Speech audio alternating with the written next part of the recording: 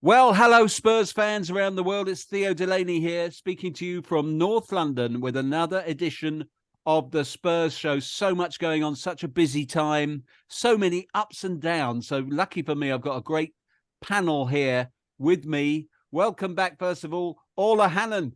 Hello, Orla. Lovely to be here. Great to have you back, Orla. Also here, Dave Edwards. How are you, Dave?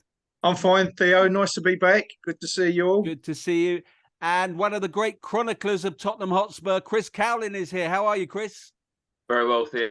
Thank you. And thanks for having me back. Good to see you, mate. Well, so much to talk about because the last time, between, or rather since the last Spurs show, there have been two colossal games. We've got two games coming up and a small matter of the Champions League draw. You're spoiled for choice, but I'm going to try and do it chronologically because normally I'd do the most recent game. But that Marseille game was so epic. It was so huge, both in terms of the implications, but also the drama of the night itself.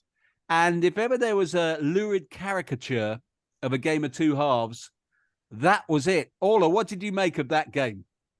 Well, I've aged about 20 years since during that game. Yeah. It was a deeply unpleasant experience. I mean, I'm not, apart from the very last moment, because at no point did I think that we were safe. At no point until that final goal went in. The first half, funny, I was listening to the podcast from last week and somebody said that at a recent game, they had never seen Spurs play so badly. Yeah. And I feel like Spurs heard that and then said, hold my drink. Yeah. Because I genuinely kind of think they should have just played 5 under-18s and then taken them off for the second half. Because it wouldn't have made any difference. Yeah, it was so peculiar. It was, I mean, we couldn't keep the ball at all. No, I don't think there was a player on the pitch that kept the ball.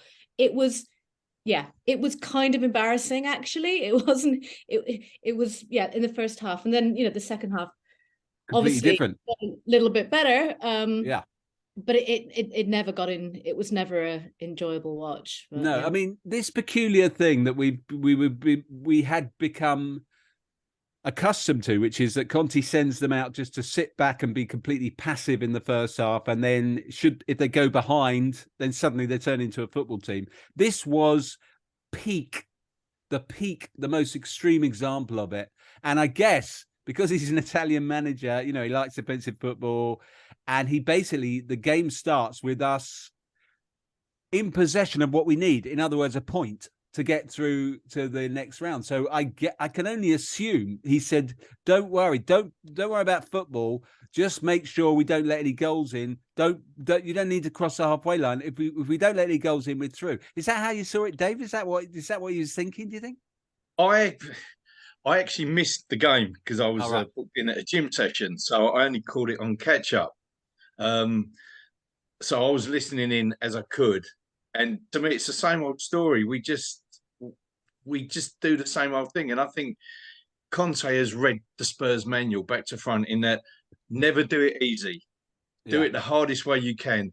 You've got everything ahead of you. It's straightforward. But no, we're Tottenham.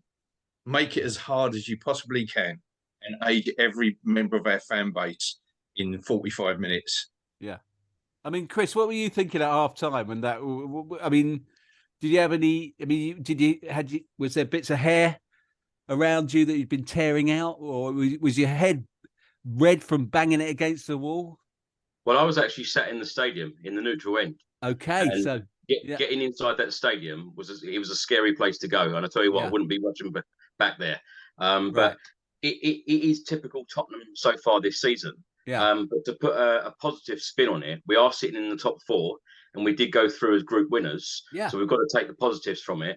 Yeah. Of course, Antonio Conte has called it a process. For me, I think if you put 2 decent wing backs in this Tottenham Hotspur side, which is crying out for, I think this will transform this team. Yeah.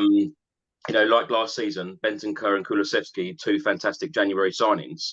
I think that if the club went out and actively went out and got 2 decent wing backs, it would transform this side. But I'm fully behind Antonio Conte and his system. I just think he needs the right personnel. But at half-time, we've been here so many times before, and I've said this many times this season, that I just don't feel that we've got out of first gear yet.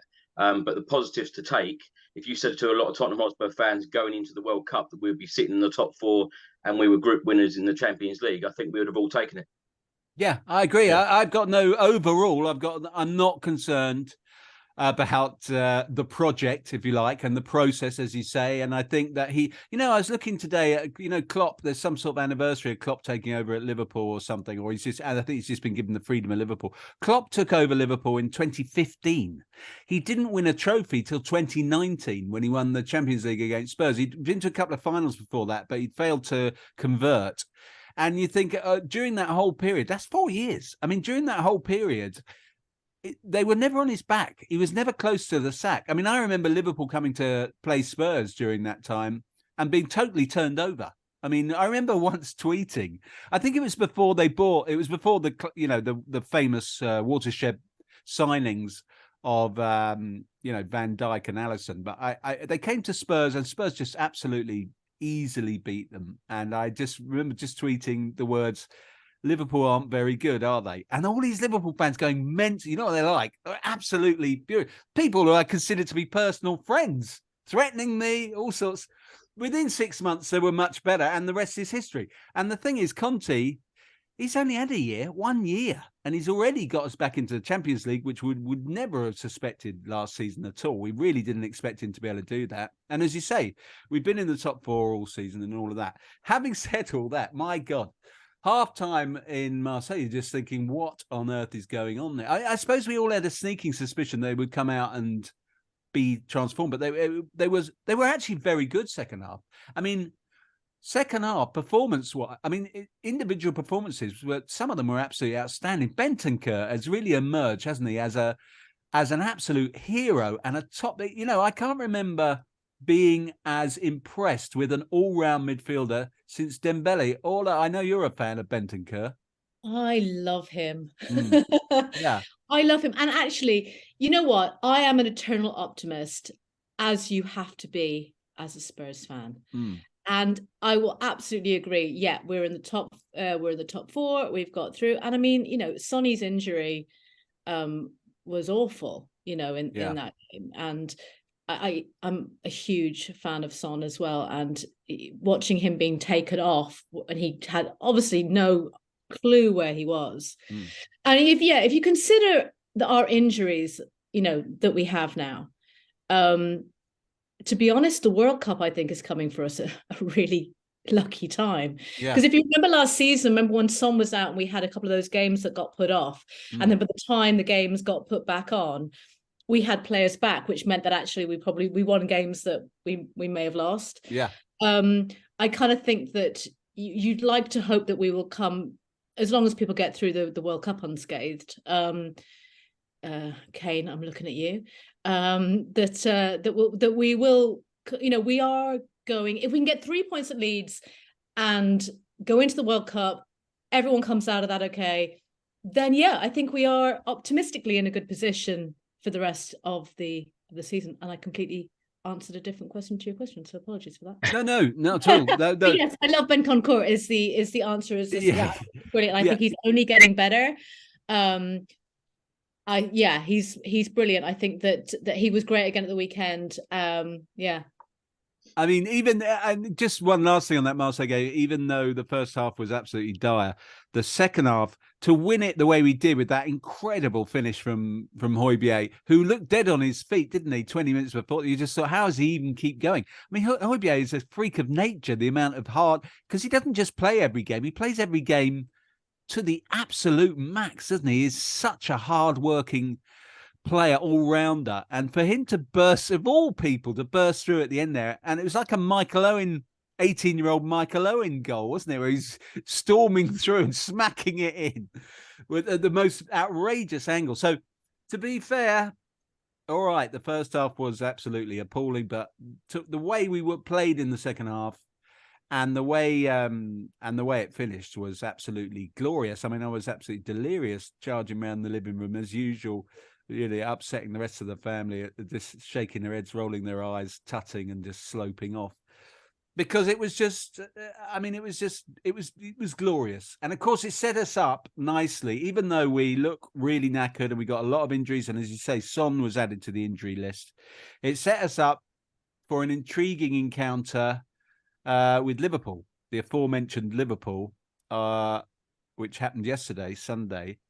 And Liverpool, of course, had their own problems. So going into the game, despite the fact we looked quite tired and we were a little bit threadbare, not having Romero, not having Richarlison or Son, but having Kulu back on the bench was something at least. And Kane, again, Kane's a bit like Højbjerg. He seems indestructible. I mean, he just plays and plays and plays. I mean, I'm touching wood when I say that because, you know, he has had injuries in the past. Didn't have a big injury last season. He hasn't had one this season so far.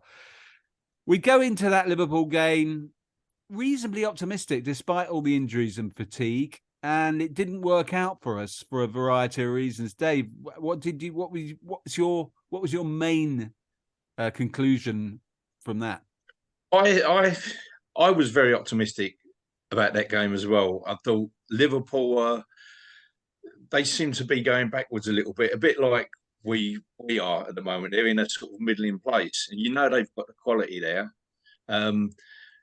I was worried, obviously, when we lost Sonny, that's a big loss. Already losing Richarlison and Kulusevski not being 100% fit. I was very, very optimistic. But we let ourselves down again, as always. It's simple, basic mistake. But I can't fault the attitude of the team in going all out for it, especially that second half. You know, that's probably the best we've played this season. And we've come away with nothing when, you know, we really, really should have had something for that game at least. I mean, two words spring to my mind, and I hesitate to say them, but I'm going to say them anyway. Eric Dyer. Yeah. Sorry. Eric, he always makes one big gaff per game, which leads to a big chance, doesn't it? And it's basic. Yeah. It's fundamental basics of football. You know, there's... Maybe Hugo's at fault. Are they talking to each other as well at these moments? He's the other gaff-prone individual. It's like they've formed the club. And once they start playing from the back, playing ticky-tacky across the back of the defence, you know, the fans are sort of nervous, and that's probably feeding through as well. Yeah. I mean, you look at, we're playing at the highest possible level there. We've got players, many of them are on, six figures per week. We're in the Champions League. We're at the higher end of the Premier League. So the sophistication of the sports science, the tactics, the attitude and everything is as high as it can be. And the same with our opponents. And yet one stupid mistake will lead almost inevitably at that level to a goal. Two stupid mistakes, 2 goals, etc. And I love Dyer. I love everything about him. He's a Tottenham man. He's in so many other ways. For the rest of the game, usually he's really, really, really good in many ways. Defensively, he plays great passes. He gets involved, brings the ball out of defence. He does all of those great things. But he is always liable to give the other team a goal. And that's so huge. That is such a huge at that level, thing. Definitely. It's huge. And you just think, when people make individual mistakes, you always think, well, it's a bit unfair. Everyone can make a mistake. But when it's the same people making the same mistakes over and over, it just seems like a crazy lapse in concentration or something. I feel sorry for him. I just think, what was going through his head when Salah puts that goal in the net?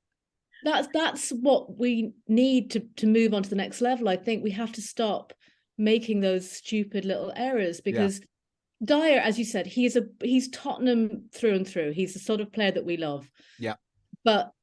And he has the ability to be really great. I was reading a really interesting article recently about him, about how if he could just stop making those stupid errors, he would be a brilliant player. Yeah. But we have too many like that. We have Royal, who's like, he's not. And I think when you bring on somebody like Kulusevski, who is, interesting and immediately makes a difference. You can see the difference a player like that in our team makes to the whole team, and we just need more of them that just are creative and just don't. Quite a lot of those players just seem to have this idea of what they've been told to do, and they're going to do that, They're going to try and do what they think they've been told to do, and they've no creativity there. And then they make mistakes, and then they do something stupid. Yeah, I mean, poor old Emerson Royale gets so much stick, and he is so committed, and he puts in so much work, and defensively, you can't fault him for. I mean, he does some really good things, but he's got absolutely nothing to offer when he gets in that final third. And yesterday, I felt like he was really getting stick from the crowd, and it actually seemed to me like his confidence was. We've seen it before over the years at Tottenham. You know, players get picked on by the crowd, and you can actually see it. And I just felt so sorry for him. He had to go. I mean, he had to go off. And of course, the minute he comes off, it's a huge difference. Doherty is a specialist in that position. He's made a career out of being effective going forward at right wing back. And him and Kulusevski were an absolute breath of fresh air, as you say, Ola. It changed everything. And Kulusevski was, I mean, he is top class, isn't he, Chris? I mean, thank God he's back just in time with Son going out. I mean, and of course, he's not going to the World Cup, is he? Sweden haven't qualified, I don't think. No, so that's good.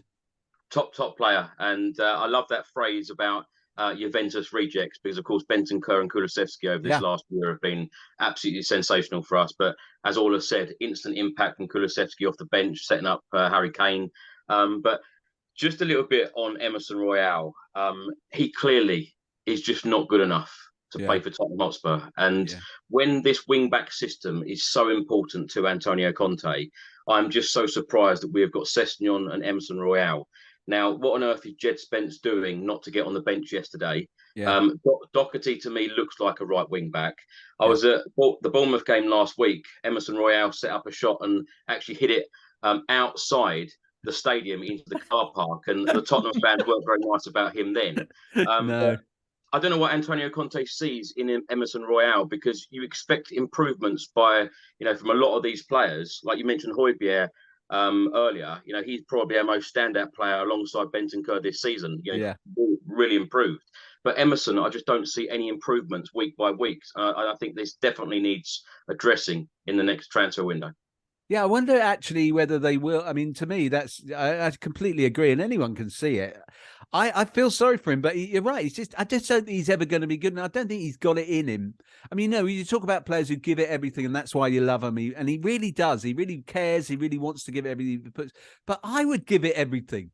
You could stick me out there, a 50-year-old man who was never any good in the first place. I'd give it absolutely everything, but it's not going to work. Can I also say, Theo, about Eric Dyer? As much as all the fans love Eric Dyer, he isn't good enough. Yeah. He isn't good enough to win us trophies, and he isn't good enough for an Antonio Conte side. So I think sometimes as Spurs fans, as much as I love to be positive, I think sometimes as Spurs fans, we need to stop being so sentimental about players that have been there for a while. Like Dele Alli, for instance. A lot of us didn't want Dele Alli to go, but it was never going to work. Yeah. No, you're absolutely right. And hopefully Conte will be. Conte's working, like I said, it took Klopp 4 years to mould that team into a trophy-winning side. And Conte's only had 1 year, which he was quick to point out yesterday, actually. He was disappointed that the fans were booing at halftime. I was disappointed as well. I think it's mad booing them at halftime. They didn't even play particularly badly in that first half. They were 2-0 down because of one good goal and one absolute gift of a goal. Apart from that, the team had played well. And we should have had a penalty. Absolutely. Definitely should have had a penalty. I don't understand how you can push somebody with two hands in the back and then also then get and then he did the same thing. Yeah. Like a little bit later and got a yellow card for it. Like, because it's outside the box. Like, I think if he'd given that as a penalty and it had gone to VAR would not have overturned I it. Totally agree with you. I lost I'm afraid I did lose my composure. I had my daughter with me as well. In the Upper West, of all places, when he gave not so much when he didn't give the penalty, I went a bit mad when he didn't give the penalty. But when he gave that free kick 10 minutes later for precisely the same foul, I'm afraid I'm slightly worried I might get one of those letters from the club saying there have been complaints about your language. I mean, I'm really dreading it. I do think the booing was aimed more at Dyer and rather than the actual team, because everyone around me all said the same thing, that we're playing well. It's not, but it's just frustration with those mistakes regularly occurring. Yeah, I mean, it's you pay your money, you take your choice, you can do whatever you want. But I agree.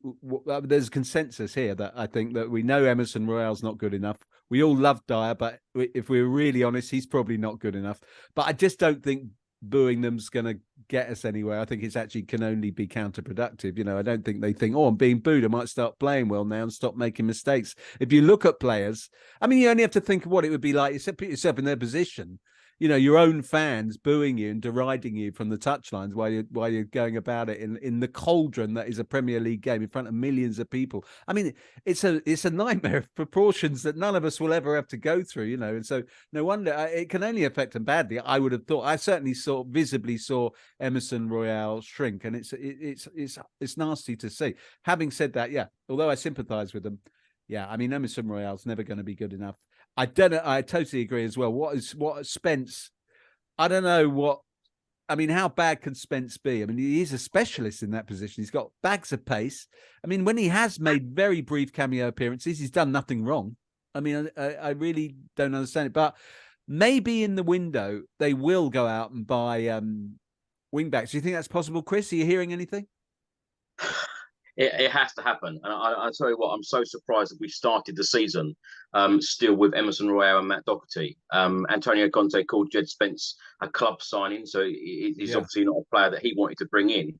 Perisic, I think, has been good so far, and I think that we will see a lot more of him, as Antonio Conte has said that, because he's been injured, expect a little bit more from him. And I think he's such a professional, experienced player. I think he's great, but we have to address this area because it's so important to Antonio Conte. And I just think that you put two quality players in those positions, whipping balls in and really helping the team out. I think that we will probably be, a lot higher up in the league, and we will feel a lot more optimistic about this season. But I just think that we need to back Antonio Conte. I don't get the boos either. I've never ever booed Spurs, even at our lowest points. I've never ever booed my football club or any of the players. I always wish them well. But I've been very surprised, actually, on how many times we've seen and heard booing at the Tottenham Hotspur Stadium since we moved in 2019. A lot under various different managers. But, of course, the fans pay their money. They feel sometimes that they're entitled to do that.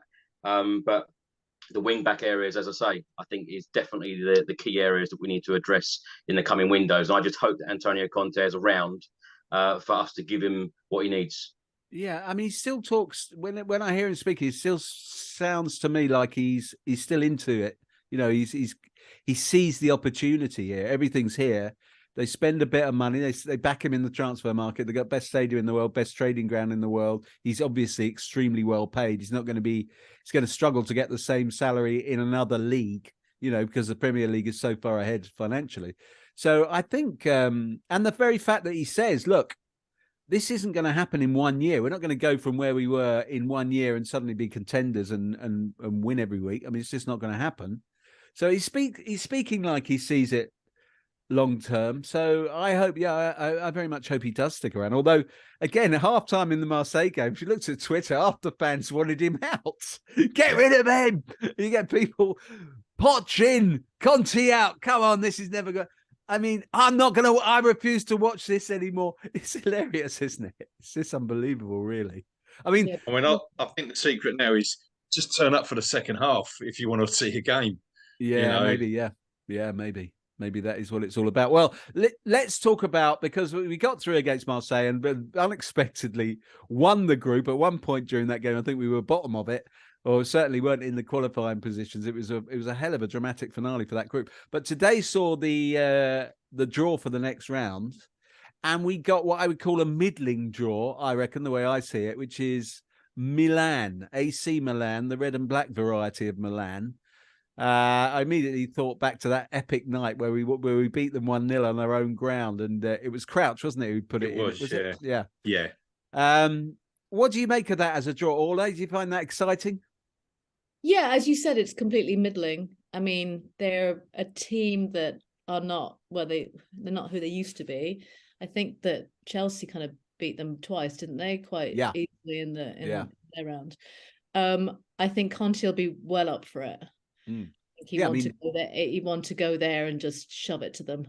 So I was happy with it. I thought, and again, with this, I think they're a good team to play at this level, you know, at this stage, I should say, in the Champions League, because you have to beat a team like that. You know, it's not, you have to kind of, it's easy to go in and get a Bruges or whatever and then go, oh, great, we beat them, and then we'll go to the next round. I think you're better off getting one of those middle-y teams. Yeah. And, you know, I think we could definitely have them. Yeah. I mean, they're a massive name, of course. They've got a fantastic heritage, and I think they've won it like 7 times or something. I think only Liverpool and Real Madrid have won it more. I think they're a huge, you know, European name. They won the Italian league last year, but they don't look like they're going to win it this year. They do look like they've gone backwards a bit, and Napoli look very much like the best team in Italy at the moment. Chris, do you think we can? Do you expect us to go through? I do. Yeah, as Ola said, they lost to Chelsea twice, 2 and 3-0. Very comfortable wins for Chelsea. I'm very, very pleased with the draw, actually. And when you think as well that we've got the January transfer window, and this is why I keep going on about the transfers. If you give Antonio Conte exactly what he needs, then you know, it could be a very, very good starting 11 when we play the Champions League again. But as you've said, AC Milan are not the side they used to be. They're currently sat second in Serie A, but they're nowhere near the quality of what they were many years ago. But I'm delighted with the draw, actually. Delighted. Dave, what do you think? Yeah, I mean, I was just delighted that we were actually in the last 16 for a start. So that's a bonus from the start. So whoever we got, right, it's knockout time now, isn't it?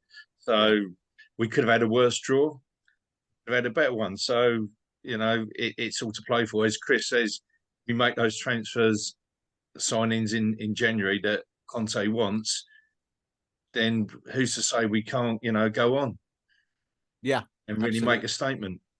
Yeah. I mean, you know, once you're in the knockout rounds, anything can happen. You get past them, and you know, the thing is, what happens nowadays is the Premier League teams tend to hang around. All 4 of them have got through, and you wouldn't be surprised if we did beat Milan, you could easily find yourselves playing Liverpool or City. I mean, obviously we played City in the quarterfinals when we got to the final, and Liverpool in the final. That starts to rear its ugly head a bit. The prospect of all Premier League encounters, which you don't particularly want. But you know, we've done it before. We've done it before, and we're in it. You know, there's so much. The whole thing's a bit of a lot. The whole of this whole season, as people keep saying, is a bit of a lottery now, because we don't know how teams are going to emerge from the World Cup in terms of injuries and morale and things like that. And there's a window straight after that, of course. So, you know, who knows what these teams are going to be looking like when they finally come to play, because they're going to be playing in these games in February. So a lot of water will have gone under the bridge between now and then. Anyway, let's take a quick break before we talk about the exciting prospect of Nottingham Forest away in the Carabao Cup. Okay, we're back. So before we continue, I would just like to say that our monthly London live shows are up and running. Sign up and join us at season.spursshow.net. December the 20th is the big day to mark in your diary, because that is our Christmas show. We have an annual Christmas show, as regulars will know. It's always good. It's always big. It's at the 100 Club this year, which is our favourite venue, although we've had lots of great venues. So 100 Club. And our special guest is Paul Robinson, England's number 1, as we used to refer to him. What a top bloke. Brilliant. And he's, you know, he's got lots and lots of stories from an era at Spurs which isn't so far away. So I'm really looking forward to talking to him. You can get tickets at biletto.co.uk, or you can click the ticket link in the show notes to this show. And our monthly shows, by the way, our smaller, more intimate shows, which take place in central London, resume in January, and they'll be on the last Wednesday of every month from January. And the first one will be with Jerry Armstrong. Jerry Armstrong, of course, was a very decent centre forward for Tottenham, but also went on to have a very interesting career, played in Spain, scored one of the most famous goals in Northern Ireland's football history. And he's got lots to say. So I'm really looking forward to talking to him. That'll be on the 3rd Wednesday in January. And as I say, they are monthly. So if you sign up at season.spursshow.net, you can get a season ticket for all of those great shows. That we always have a good night. This show will continue throughout the World Cup, and we'll be focusing on how all the Spurs players are doing for their respective countries and keeping an eye on all the news coming out of the club during that time. Maybe we'll start to hear some more sort of concrete rumours about what we might be doing in that transfer window. And we'll be all over those. And a sister show to this one, the World Cup comedy panel show, Never Write Off the Germans, which always comes up during every World Cup. It's returning again due to popular demand. Myself and Mike Lee will be appearing once or twice, but only once or twice. Don't worry, there'll be genuinely funny people on it as well. And so look out for that. We'll share that with you too. Look out for our socials for links to that. Never Write Off the Germans. And for premium content, including a daily news show with ex-player interviews and original documentary series on Spurs, go to patreon.com/Spurs Show and support our show in the process. And also with Christmas around the corner, you could grab some lovely Spurs Show merchandise. We've got Peter Cook, Bob Marley, Bruce Forsyth, Emma Raducanu, Adele, and Paul Whitehouse. No, that's not the lineup for the Christmas show, but they all appear on various items in the Spurs Show merchandise range.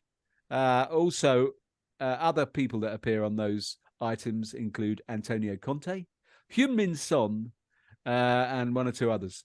Click the link in the description to this podcast or go to the Spurs Show store, click the link in the show notes. It's probably your best bet. Follow us on Facebook, Twitter, and Instagram, and please leave us a nice review on iTunes. That really helps. If you give us five stars on iTunes, that shoots us up and gets us in front of people and spreads the word. So we'd appreciate that if you get a moment. So we're back in the room, and it's time to talk about this it's almost like a curio. All that's happening. We got a World Cup, seems like minutes away. We've got the Champions League just managed to gasp and stagger over the line into that. We've just played bloody Liverpool in the Premier League. We got another Premier League game next weekend, which we'll be previewing in a separate show later in the week, the Leeds game. And in the midst of all this craziness, we go to Nottingham Forest in the Carabao Cup. Orla, do you pick? You are Antonio Conte. Do you pick a proper full strength side for that game? Absolutely not. Okay. I mean, I have no idea, but I mean, I can't imagine that he would play Kane. And yet he always seems to. And yet, I mean, I have no idea, because I think that if I was Spence and I didn't get picked for that game, I might just go and get another job. I don't know, because you kind of think, what will he have to do? He'll either go to, I think he'll either play, Hill, Mora, and just let Kane have a bit of a sleep. But then you wonder who else there is. Yeah. Who plays centre forward if Kane doesn't? Richarlison presumably is not really going to be available. He's not. Well, although he got picked in the Brazilian squad today, didn't he? So you'd like to hope that he'll be back for the World Cup. And they seem to think that Son's going to play it now at the World Cup as well. So that's great. Right. But for this week, we need to bring Parrott back from on loan, I think. Yeah. It's about time we brought him back. Or Scarlett. Is he? Parrott's injured. Yeah. I mean, they'll play. I mean, I presume Skip will play. Yeah. You'd like to think that he'd throw a load of kids on, but you never know with him. No. You cannot second guess him. You've got no idea what he's going to do. No idea. So yeah, he may just pull out a full squad, and Kane's there and Højbjerg there, and they'll be like crawling over the line. Who knows? I mean, it's always a great dilemma, isn't it, with the Carabao Cup, especially in a situation like this, because on the one hand, you have people say, I mean, my instincts are like yours, Orla. For Christ's sake, give them a rest. Jesus Christ, the Leeds game is more important in many ways. And, it's so important to remain in that top four as we go into this break psychologically and everything. But on the other hand, people say, yeah, but, the the thing about Tottenham, they've got everything. They've been one of the top sides in recent years, but the one thing they haven't got is a trophy. And if you look back over history, teams just need to get one trophy, and then everything follows once they're used to winning. And the Carabao Cup is an excellent way to do that. That's what people say. And in order to do that, this is a Premier League team we're going to visit. We've no idea what sort of a lineup they'll pick. I mean, they've obviously got massive problems in the league. They've got they're in a relegation battle big time. So it's possible that he will rest lots of important players. But he's got a weird, big, unwieldy squad. I mean, I think they signed 20 something players, didn't they, in the summer? He's still trying to work out what his best 11 is. Some of them he's yet to introduce himself to. I mean, so even if he does pick a second, what is even his second string? I don't know. It's difficult to know how to play it. Dave, what do you think about the Carabao Cup? Do you think you should deprioritize it? No, I'd like us to go for it. I want us to go for everything. But I agree with Orla. We need to throw the youngsters in and, bleed them into the squad and playing in the first team and have the big guns on the bench like we normally do. But we need to, as you say, we need to get a trophy to kickstart it. That's how Chelsea started. They won the Carabao Cup and kicked on from there. Yeah, exactly. And lots of clubs, that's often the story to teams that become serial trophy winners. So, Chris, these are the players that could play. I'm going to give you the play. You tell me if any of these you think may or may not play. I mean, you're looking at, obviously, Davinson Sanchez, Tanganga, Skip, maybe Sarr, who I like the look of in pre-season a lot. He looked like a really good player. Brian Hill, who's looked good when he's come on.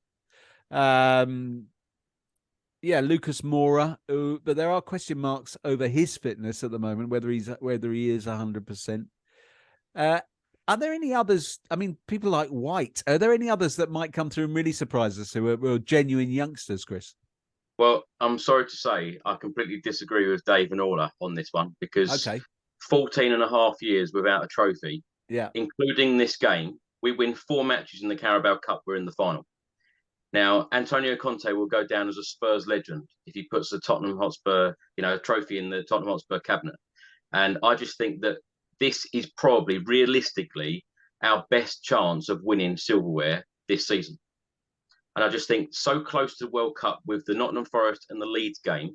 If we had games after the Leeds game, I'd perhaps say put a few youngsters in, give some people chances, opportunities that have not had this season.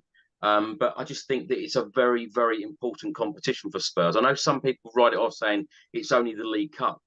The last time we won a trophy was back in 2008 against Chelsea. 14 and a half years at a club like Spurs. You've got to think as well with the likes of Harry Kane, Heung-min Son, Hugo Lloris. They're getting older and they haven't won anything at Tottenham. It is about time that we took some of these competitions really seriously and try to win them. So he could go all in and just say, look, lads, he might have had them in for a meeting today and say, look, there's 2 games and then it's the World Cup. It's my job to get us succeeding as much as possible on all fronts. And I think we've got a chance to win this Carabao Cup. So what I'm going to ask you to do is give me not 1, but 2 last big efforts. 1 in Nottingham on Tuesday night or whenever it is, or Wednesday, I can't remember. Wednesday night. And then again at the weekend. The other interesting thing about him, if he does say that, and I totally take your point, Chris, is a lot of these players are really close now to going to a World Cup and playing in a World Cup, and many of them for teams that have a reasonable chance in the World Cup, England in particular. I mean, do you think, here's something that has occurred to me, do you think it's odd that Richarlison and Romero are... Do you think there might be an element of them not wanting to play at this point? Romero, yes. Richarlison, no. From what I've read today, Richarlison's actually returning to training tomorrow, so hopefully he'll be back. But at the end of the day, Tottenham Hotspur pay these players' wages, not their countries. So they should be playing for their club, first of all. It's frustrating. But as I say, I think for the Nottingham Forest game and the Leeds game, I think Antonio Conte needs to go all out and put the best possible 11 out and try and win both matches and go into the World Cup with all of us having a big smile on our face. Do you remember when Romero joined?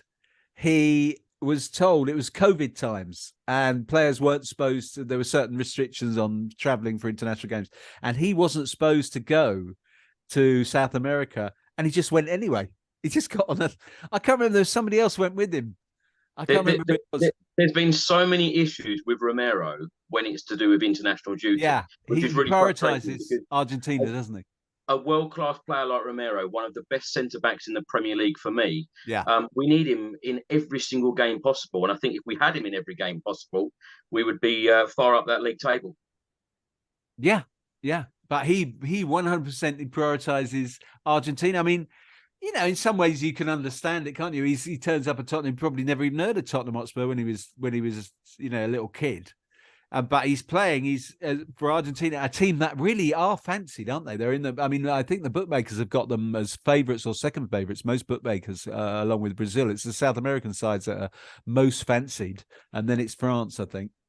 So, from his point of view, he might think, look, okay, yeah, I like Tottenham. They pay me good money, and I like the place. The fans like me, but I'm Argentine. I've always been Argentine. I've only been Tottenham for 18 months. I've always been Argentinian. And this is a chance maybe to lift the World Cup with Lionel Messi in his last World Cup and everything. This makes me immortal if we can do this. So just for the sake of a couple of games playing for Tottenham, one of them in the Carabao Cup, I'm sorry, I'm going to tell him I can't play. I mean, you can see it. I mean, it's infuriating, absolutely infuriating. I guess the good news is once the World Cup's done, it's done, and then maybe we get complete commitment, and maybe we're casting aspersions. I don't know, but he has got form, as you say, Chris. And I just wonder, even if he picks a full strength team on Tuesday, do people like even Harry Kane, and he's certainly never shown any signs of this before. But if you are Harry Kane and you're trotting out on a Wednesday night in Nottingham for a Carabao Cup game, do you have it somewhere in your mind, even if it's in the subconscious? I'm 2 games away from captaining England in a World Cup that they have a chance in, and I might not get to do this again. I'm pushing 30. I'll be 34, by the time the next World Cup comes along. Does he? Do you know what I mean? Is he able? Orla, would you blame him if he was only? No, I mean, I think, I think Chris has got an absolute point, to be honest. Yeah, we haven't won anything. And I think that if Conte decides that is what he wants to focus on, Harry Kane is Tottenham through and through. I don't think he would ever say, no, I'm not playing, or, I think he would be out there and he would give 100% like he always does. Because the World Cup is important, but Spurs is, as you said, Chris, pays his wages, and so absolutely they could put out the full squad, and I would be cheering them on as always. Yeah. Well, listen, I think we're going to wrap it up because we'll be back later in the week to talk about that Leeds game in more detail. But let's, before we go, do what I always have to insist we do, and that is to give a prediction. I'm going to want a prediction now for this Forest game. And I'm going to start with you, Dave. I'm going to go 2-0 Spurs. And you reckon he will play a slightly diluted side, but will still win? I think he will. I think, I'm hoping that Jed Spence will get a look in. He's obviously played for Forest last season in the Championship. I do think that he'll start off with a diluted side, but he'll have the big guns ready to go on, if needed. Yeah. Okay. Chris? I'm going to go for hopefully Antonio Conte a fairly strong team, 2-1 win. But at the end of the day, it doesn't matter what score it is, as long as we are in the 4th round. Right. Absolutely. Orla? Well, I'd like to point out, and I have to bring this up, but the last time I was on this show, I said that Son would score a hat-trick.